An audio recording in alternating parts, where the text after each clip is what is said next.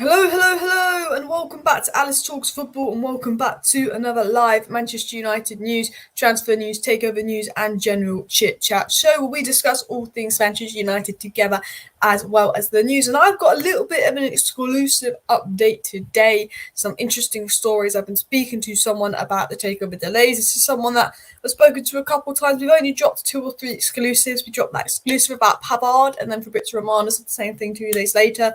We dropped an exclusive about injury situation and Ten Hag actually wanting staff changes, which was then released 2 weeks later. And now we've got a little bit of exclusive to do with some delays in the takeover, that there is plans for Joel Glazer and the Glazers to depart and more. So obviously, you know me, I never really drop exclusives or any sort of information and stuff, but there is someone I speak to that gives me a bit of information here and there that I think is pretty credible. So I will be diving into that. We also will be diving into the Galatasaray game tomorrow. Kobbie Mainoo set to start. Who's going to be involved versus Galatasaray tomorrow? We'll get into what Ten Hag said in his press conference.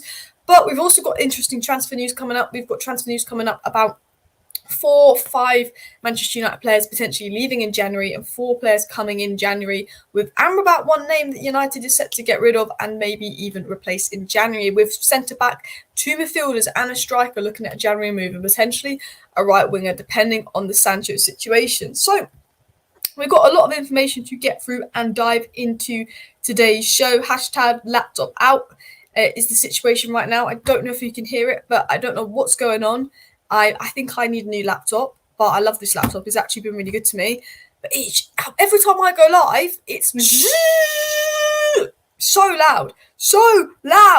Don't know what's going on. It just decides to be a new level of loud. And also, we've actually gone live 3 days in a row. We've actually started to get the consistency.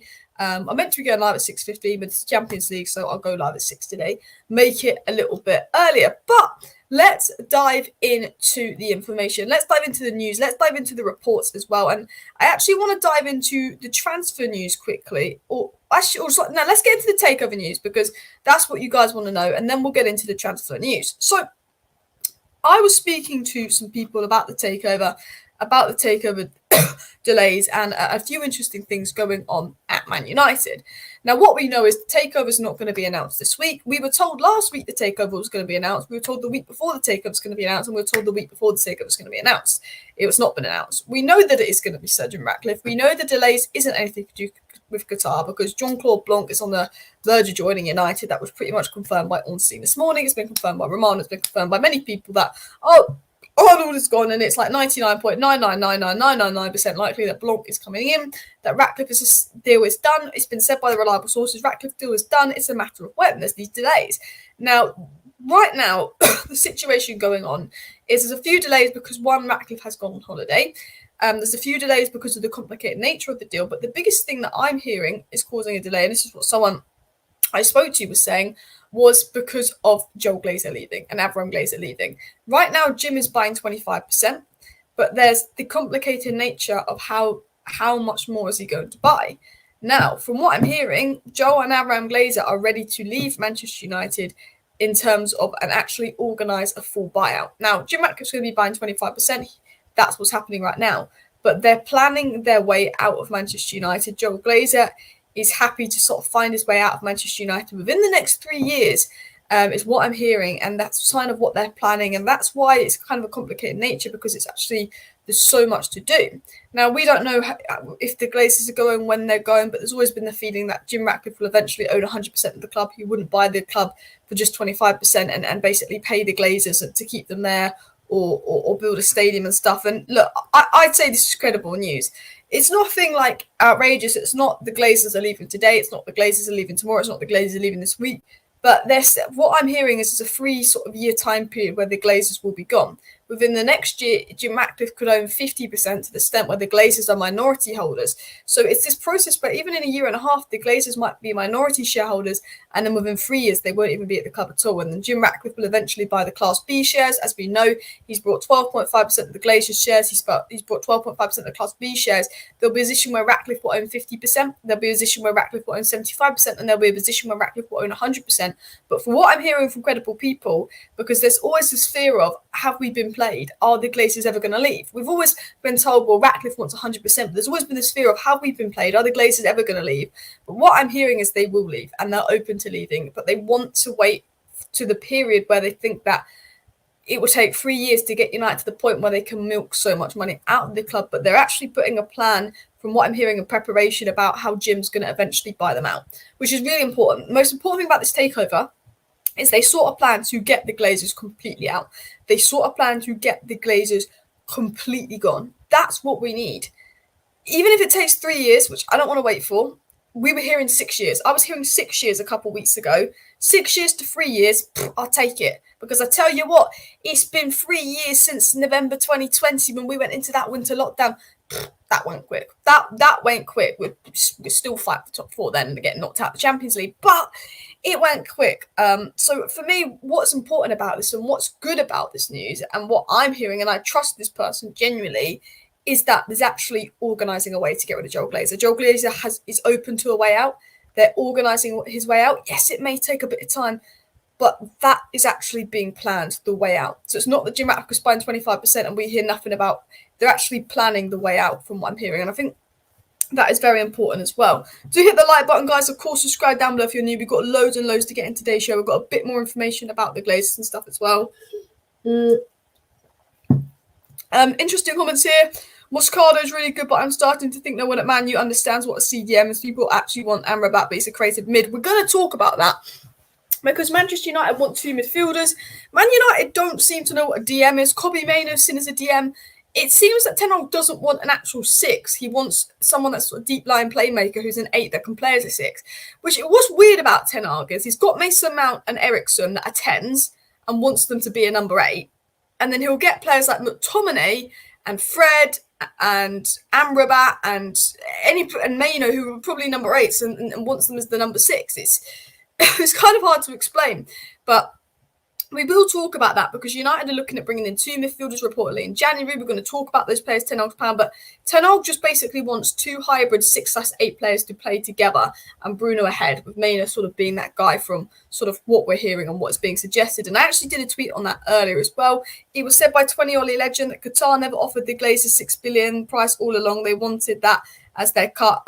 Qatar offered a lower package overall, but not the Glazers' pocket. They technically offered that, but it includes pledged investment, and the pledged investment doesn't go to the Glazers. It goes to improving Man United. And what are the Glazers going to care about improving Man United? Absolutely nothing, because unfortunately the Glazers don't give a crap about this club as well. Do you still think Sir Jim would buy the club even though Nice or Man United can get a CL ban? I think he will find a loophole or a way around it. You've got to think the RB clubs are playing in the same competition. There's actually a vote to potentially scrap that rule that a lot of people are going to be voting on, because I think there's a lot of, Girona could finish higher than Man City in the league. I doubt it, but if Girona came first and Man City came second, Man City wouldn't be allowed to be in the Champions League next season. I think there will be loopholes. There'll be ways around it. I think the fact that Man United will tie to PSG with Qatar, and do you know what really annoys me? Because the media always had this agenda against Qatar. The media always had this kind of agenda against Qatar buying United, and they kept going on about PSG. And the media kept reminding us, they own PSG, they can't buy United, they own PSG, we can't be in the Champions League, blah, blah, blah, blah, blah. But Jim Ratcliffe owns Nice, but the media weren't going, oh, Nice, Champions League, Nice. Nice, who are going to finish in the Champions League, Nice, who might win the league, Nice, who look better than PSG right now. And it's like, well, we knew within 2 months of Qatar and the PSG rumours that Qatar had found a loophole, and they were telling the media it's not going to be a problem, PSG's not going to be a problem, we're different. And within a month of the media going on about Qatar, PSG, the links, they can't buy United, they debunked that. Qatar had found their way, they'd found their proof, they found their way. So I'm assuming Sir Jim Ratcliffe's going to find his way, because the RB clubs found a way, Qatar found a way. I'm assuming there's a loophole in the Ratcliffe deal for that to happen. If not, considering how desperate he is to buy United, the fact that he basically got into bed with the Glazers and said, look, and went from 100% to 69% to 50% to 25% of the club, I think that Jim Ratcliffe would then, if worst case scenario, would probably get rid of Nice to do this, because he's been pretty desperate to sort of acquire United. Joe and Amrabat Goblin says, Gaz, big up Gaz there as well. Just spin to keep United fans quiet. Well, this isn't spin. This for me is just news and information that I'm getting. I think the transfer news could be spin about 4 signings in January, because when have Man United ever gone out there and signed 4 players in January? And we will talk about that. But this takeover news I'm getting, it's private news. That's what someone said to me. They're saying the Glazers are planning their way out. Like, that is in the works. That is in the plan, which I think is particularly good and particularly important things as well. Was not my first choice, but he's making the right noises. It feels better these days. I can see the light at the end of the tunnel. Young guns are bringing the positive energy and spreading it. And I agree. Jim Ratcliffe wasn't my first choice, but if he's going to eventually buy the Glazers out, if he's going to bring in Paul Mitchell, he's going to bring in Blanc, and he's going to stop this stupid January loan deals of older wash players and then maybe actually start implementing a long-term strategy, then you see the light at the end of the tunnel. Do Liverpool like the owners? Not particularly. Do Arsenal like the owners? Not particularly. But do Liverpool and Arsenal's owners get the right people in place to run the club and let the right people actually run the club? Yes.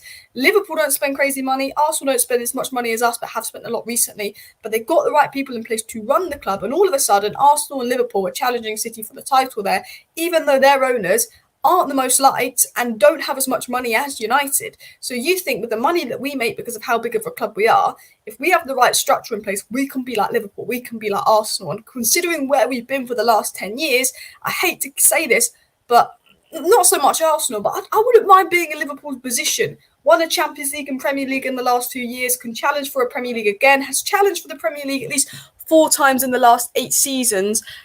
We can't even get it out the Champions League group. We go, oh, we might come third, then it's a top 4 scrap. Oh, we might come third, top 4 scrap. So you have to look at things and sort of go, you know what, as much as it kills me to say, this is the case as well. Sheikh Yassin will win, just say he's out of the race. Look, I wanted the full sale. I wanted Qatar.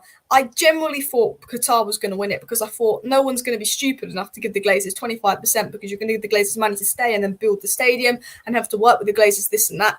Ratcliffe did that, but Ratcliffe is getting rid of the Glazers. He is buying them out and all of that as well.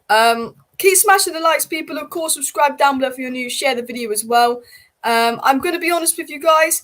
The news on Amrabat is a bit weird. I want to get into the Amrabat news because I think it's really, really weird and really, really odd because Ten Hag chased Amrabat all summer, was absolutely desperate to sign Amrabat all summer, made Amrabat wait, and apparently now Ten Hag's like, nah, F off. I don't want Amrabat. F off. That's apparently what's going out. So I want to quickly get this news story up, but then I've got 3 important stories to get into today's show. So do get involved in the chat. Do stay involved as well. I am going to go through the chat as well. I hate Liverpool with a passion, but that's true. They've done well. Yeah, I agree with Joshua. Joel Glazer behind delays. Why am I not surprised? We'll get more into that as well. And as Gaz says, smash the likes. But there's so much to get through in today's show. But I wanted to get into this story here. Man United are aiming to strengthen in 4 positions in January, with concerns over Amrabat's indifferent start prompting the club to consider a move for a defensive midfielder. United are also looking at a right-sided centre-back, a number 8 and a striker. Will Man United sign 4 players in January? Absolutely not. Would Ten Hag like to sign 4 players in January? Yes. If Ten Hag had competent ownership and competent people around him, could he sign 4 players in January? Yes. If you're Chelsea, if you're PSG, if you're Ajax, if you're any ambitious, well-run club, Bayern Munich, you could sign 4 players in January because you could get players out even though the January market is meh.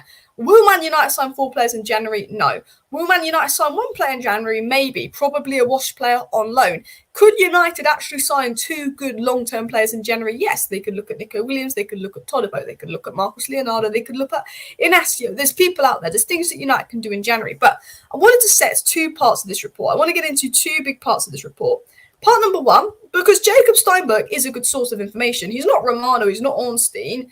But he's got sources. He's not your BSer. He's not the Sun. He's not the Mirror. He's not the Star. Like he's a decent guy. But and this is true. Ten Hag is concerned about Amrabat. And this is true. And this is what annoys me about Ten Hag. You chased and chased and chased for Amrabat. You begged for Amrabat. We got Amrabat in the end. It was like almost as painful as Frankie de Jong, by the way, the way the Amrabat stuff went on. Then Amrabat's injured. Then you play him out of position. Then McTominay scores 2 goals, so you can't drop McTominay, even though he's been crap the last few games and he hasn't scored any goal. But because McTominay scores, you can't drop him. And it obviously doesn't rate Amrabat because McTominay's playing in Amrabat's position and Maino's playing in Amrabat's position ahead of Amrabat. Now, Casemiro was first choice in that position. Amrabat was in his second choice, sometimes playing along Casemiro. But now McTominay, who he wanted sold, he was willing to sell McTominay to bring in Amrabat. He's now like, no, you know what? Apparently he's not happy with Amrabat. And apparently Amrabat's agent has done this brief saying that Amrabat's not happy with Ten Hag. So I'm thinking, is there maybe an eternal issue here? I think that could be the media exaggerating that. But is there a situation where it looks like Amrabat has maybe lost his confidence. Yes. I don't know why people are writing off Amrabat. He came injured, he barely played, he didn't have a pre-season, he didn't have any of this, had to play a few games out of position. First 2 games he played in the United shirt was really good. Third game he was crap, but everyone was crap, the whole team was crap. He was no worse than McTominay's crap game and his crap game. Do you know what I mean? It's just that McTominay had a good game where he scored 2 goals versus Brentford and can't be dropped because of that. But Amrabat was no worse than McTominay's worst games when he played. But Amrabat can't get in the team. Amrabat's not getting the minutes. He's not getting a run of games. He's being played out of position. He's been injured. And you can see this as a guy that's looking wobbly and he's knocking confidence.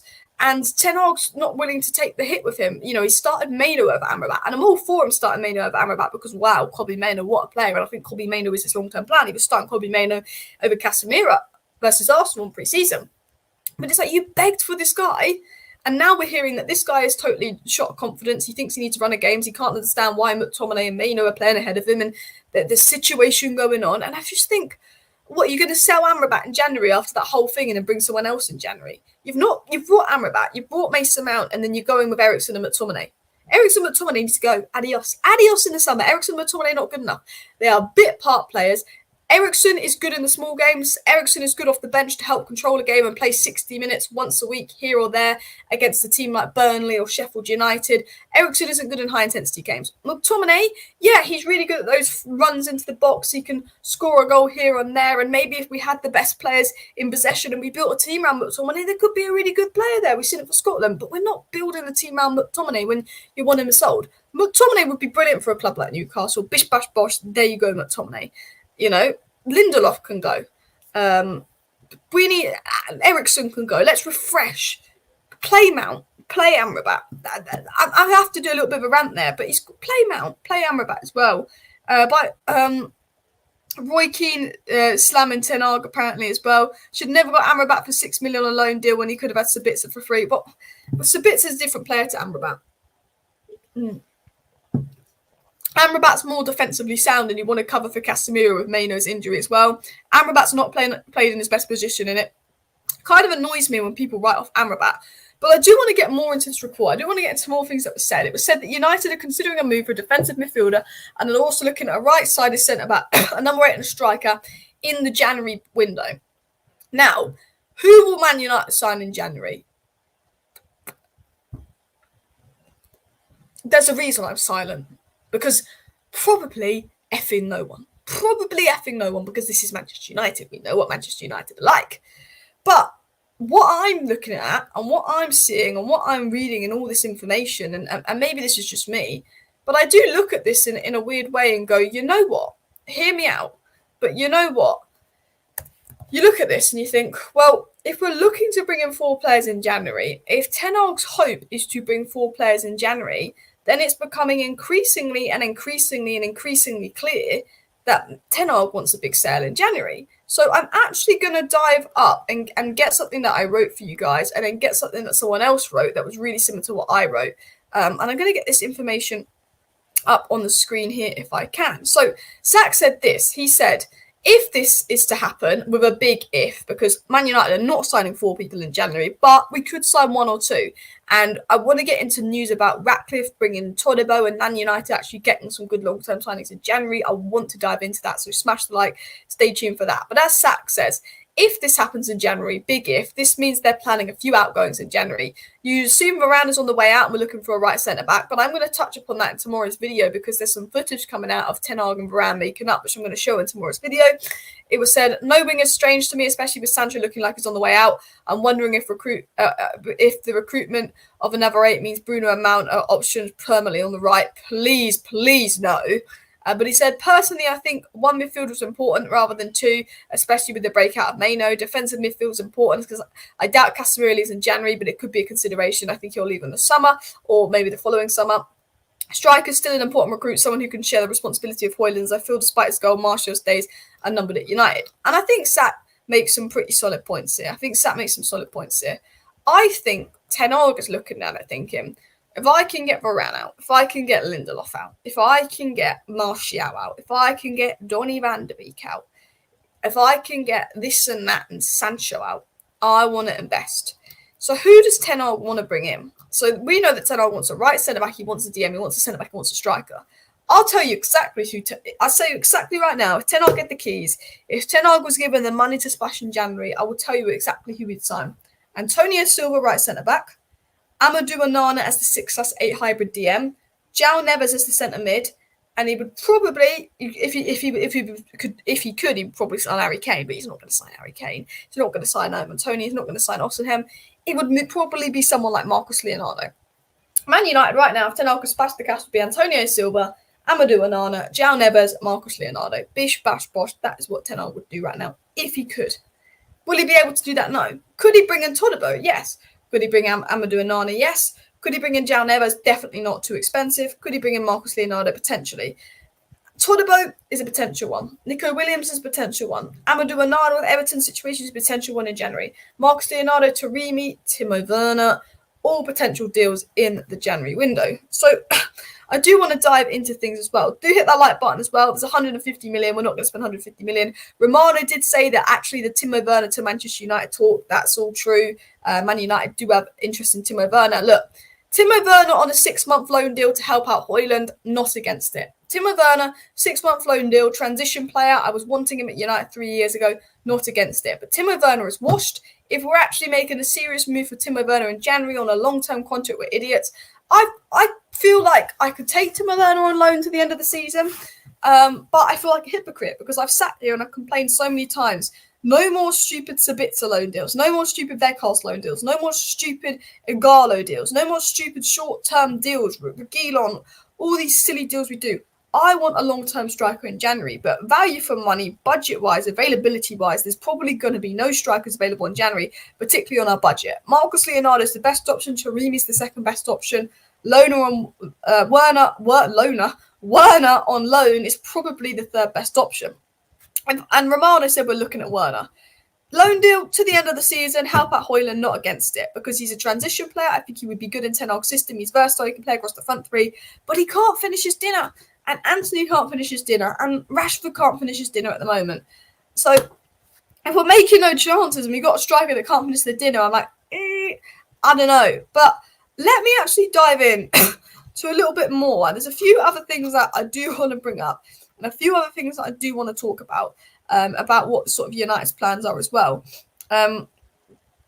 Alice, if Amrabat's no good, why did Liverpool want to sign him? Exactly.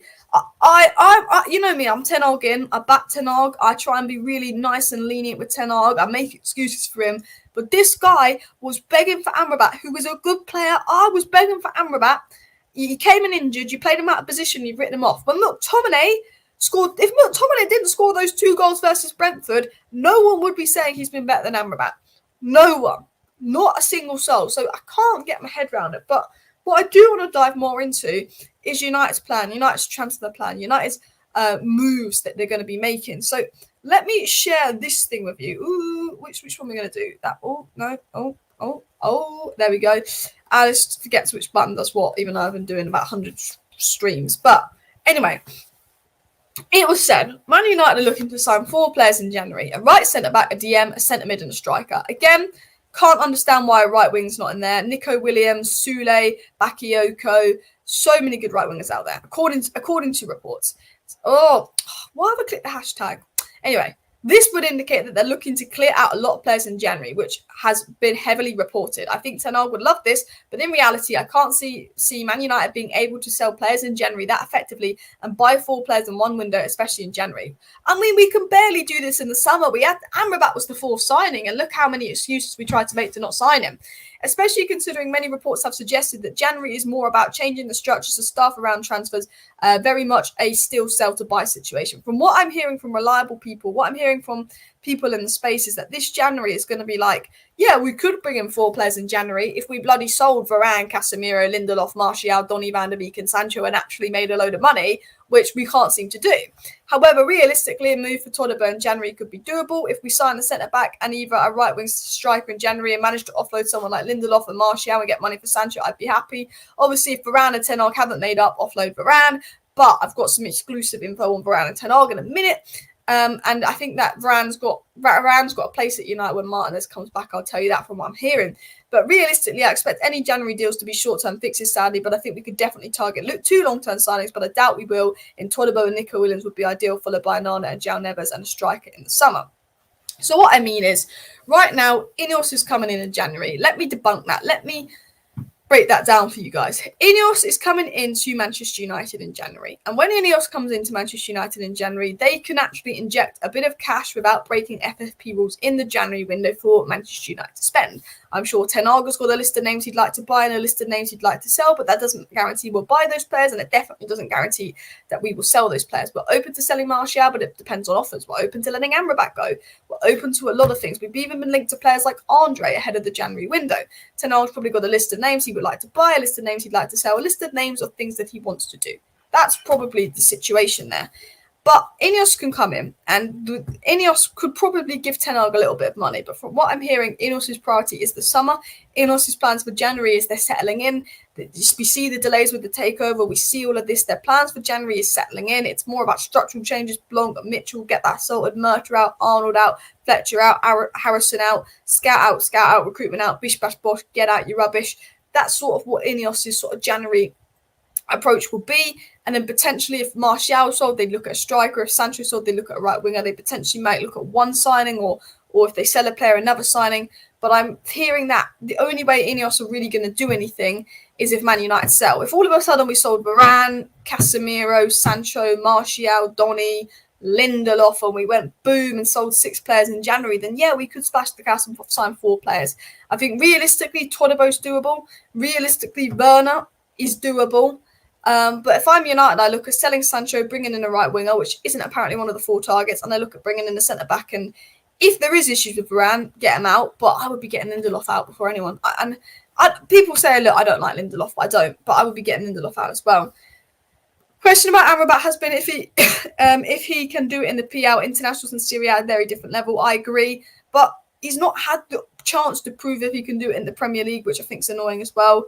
6 players sold in January. I very much doubt it as well. At some point, we have to start using January again. Availability not always there, but can use the first 6 months of settling in exactly. And I think United seem to do this thing where January's dividends windows. When Ragnick's sitting there saying Enzo Fernandez, Julian Alvarez, 25 million combined, and the Glazers say they have no money, then take out 30 million of dividends the next week, that tells you everything about how Man United have taken the January window so seriously as well. And the reason Eric Ten Hag is playing McTominay is because whenever other players quit, McTominay kept running. I think McTominay is just playing for the mentality work rate. I think Ten Hag wants a team that's going to give 100% because we haven't had that quite early in the season. I think Ten Hag wants a team of players that he knows will give their all for him, that can pop up and score. And I think Ten Hag is also looking at Ollie Ball, which kind of suits the players.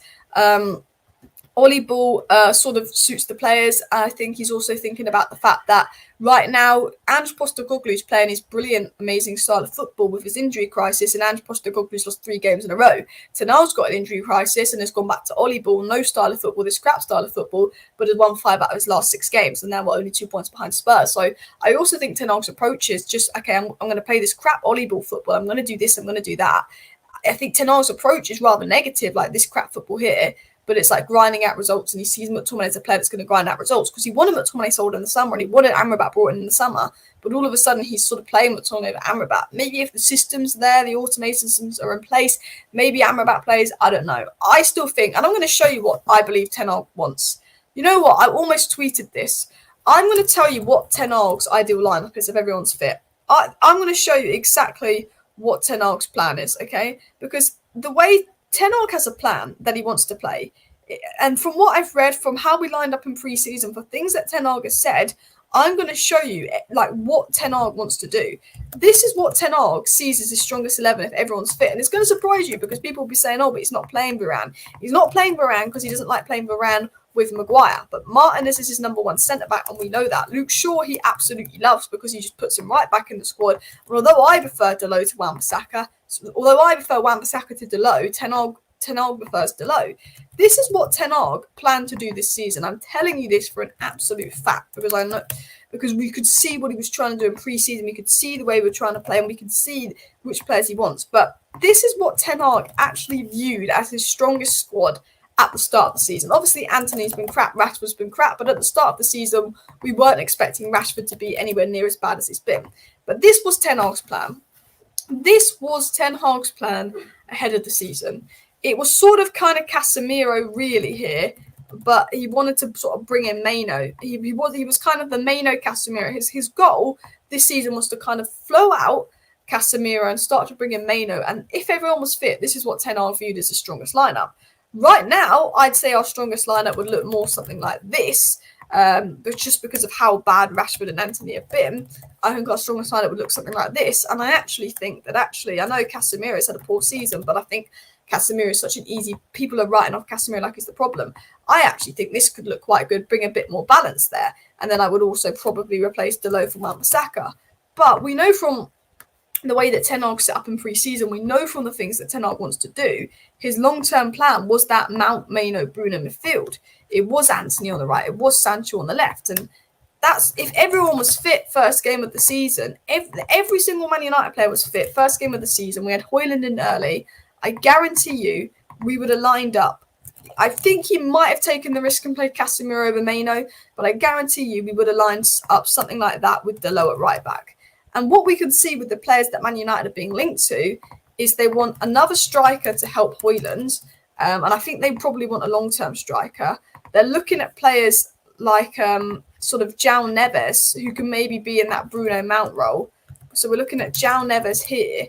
And then they're looking at players also like Amadou Onana. But I'm gonna put Onana in here to play partner Maino. But they're looking at players like Onana. They're looking at maybe João Neves as a long-term Bruno solution here. We've got Garnacho to come in here, who right now should be starting over Rashford. Right winger is a big question mark because that's going to be Sancho's replacement. I like Pellistri, I like Ahmad. I'm just putting Antony in there for the sake of it. But if you actually sort of think about Ten Hag and the squad we have and the way he wants to go, and Malacia he likes to use a fit. Malacia's had a horrid injury. No one really talks about it, but you've got Maguire here. And then realistically, he wants a centre-back. Whether that's going to be Silva, I'm going to put Todibo in because price-wise it's more realistic. But I feel like this is how sort of Ten Hag sees his squad going. He sees his squad going. Someone like Varane coming in. Someone like Onana coming in. Sorry, someone like Todibo coming in. Someone like Onana coming in. Someone like another striker coming in. Someone like João Neves coming in. And then hopefully we get a right winger in. Because, look, I like Pellistri, I like Amad Diallo, but maybe one of them will need a loan. Maybe the other one is good, but I just think we should be looking at Soule. I think Juventus wants Sancho. Chuck them some money at Sancho, and I'd go for someone like Soule. But we'll put, for the sake of it, we'll put Williams in there, and then we'll put Antony/Pellistri here. But I think this is sort of more what Ten Hag's long-term plan would be. Right winger, and then we sort of maybe see actually someone like Amadou Onana play next to Maino long-term. And then maybe someone like Mount sort of be that. I think this is more the long-term plan. I wouldn't be surprised if next season Ten Hag wants the squad to look something like this. I wouldn't be surprised. I've put Nico Williams there. I couldn't tell you the first choice right winger is, but I wouldn't be surprised. And the way it's going, it could even be Varane going and Lindelof staying, which I'm not a big fan of. And I know that we actually want two centre-backs, so you never know. It could actually be something like, it could even be something like this. Let me put this in here. Inacio here, and then maybe Lindelof goes and Varane goes, and we bring in two centre-backs.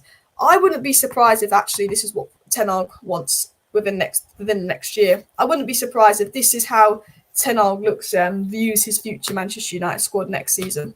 I wouldn't be surprised in the slightest. That is Højlund and another striker, Rashford and Garnacho on the left, a new right winger and Antony and Pellistri on the right, Bruno with João Neves there, Maino with Casemiro in that role, Amadou Onana and Mount in that partnering Maino-Casemiro role, Shaw, Malacia, Martinez, Inacio, Todibo, Maguire, Dalot, Wan-Bissaka, Onana. I wouldn't be surprised if that's how Ten Hag would envision his Man United team ahead of next season as well. Alice, do you know what Malacia's injury is? No, there's always those rude rumours about him doing something with Rashford, but I don't know what it is. I think it's a bad injury. It must be a really bad injury on the knee, I think, isn't it, as well? There are some young stupid stars we can't really... We should splash the cash on, but the funds aren't really there. Yeah, to be honest, I put Todibo in there for realism. But if I could do anything, I'd be bringing Antonio Silva at centre-back. I think he's just phenomenal. I'd be looking at maybe someone like Soule, but I don't know if Juventus would let him go. I'd love to bring in Ostenham, but that's never going to happen. Or Kane or someone. Maybe Ivan Toney, if the money's there. You look at that. João Neves, a big one if the money's there. But it's a difficult one because I think there's so much that Ten Hag would like to do and so much that would be brilliant and look good at United. But actually, how much can we do with the budget we have as well? If United can get both Thuram and Hodeba in January, it would probably boost their chance of competing. Werner wouldn't be a bad addition in depth. I mean, it could be possible with Nice's links, but Nice are in a title charge, so I actually think it's going to be harder to get players from Nice than you think in January. I think they might wait till the summer because I think they might feel that they could actually get a title or something here. I think Nice are top of League One still, is it PSG? Let me look at the League One table. No, PSG are top of League One, but Nice see themselves in a title race with PSG there. So it will be interesting to see if Nice are actually open to selling. We've got basically 450 people in the live chat right now. So hit that like button if you haven't already. Do subscribe down below if you're new. I go live every single evening around 6:30 p.m. and talking all things United. We go a little bit live earlier on Tuesday and Wednesdays because of Champions League games being at 8 as well. Double in all positions, and players should be able to play in different positions. Exactly. With the amount of games adding to the Premier League and the Champions League, there's going to be 2 more games next season. Depth is going to be really important. Kubo right wing is a decent option, but United haven't really been linked to him. We've been linked to Nusa, we've been linked to Nico Williams, we've been linked to Neto, we've been linked to Pino, who's more of a left wing. I think we've been linked to versatile right wings that can play on both wings. That's more what we've been linked to. I'm a big fan of Sule, Bakayoko, of course, Nico Williams, but and I'm a big fan of course, Kubo. He's been brilliant, but we're not been linked to. I think United want a more pace merchant winger. I think I would say that's probably what we want as well. Anyway, people, please do smash that like button. Of course, subscribe down below if you're new. Share the video and all of that stuff, because I am probably going to wrap up the live stream here. Just because I've got loads and loads to do this evening and we've got the football later. It said that Jadon Sancho is a former Man United, that he's no longer interested in. No, just misread something. I just fell for something. Oh, guys, I've got to show you this. I was about to read this out. I was scrolling through Twitter. Is there any news? I was scrolling through Twitter and I was about to read out this. Jadon Sancho from former Man United, that he's no longer interested in football and wants to pursue a career in modelling. I was scrolling through Twitter and I was like, what? And then I realised it's the parody account. It almost got me there. It almost got me there as well. That would be quite funny. It was believable with the drama at Man United. When I read this, it was believable. But listen, people, please do hit that like button, subscribe if you're new. Thank you for watching. See you next time. Bye.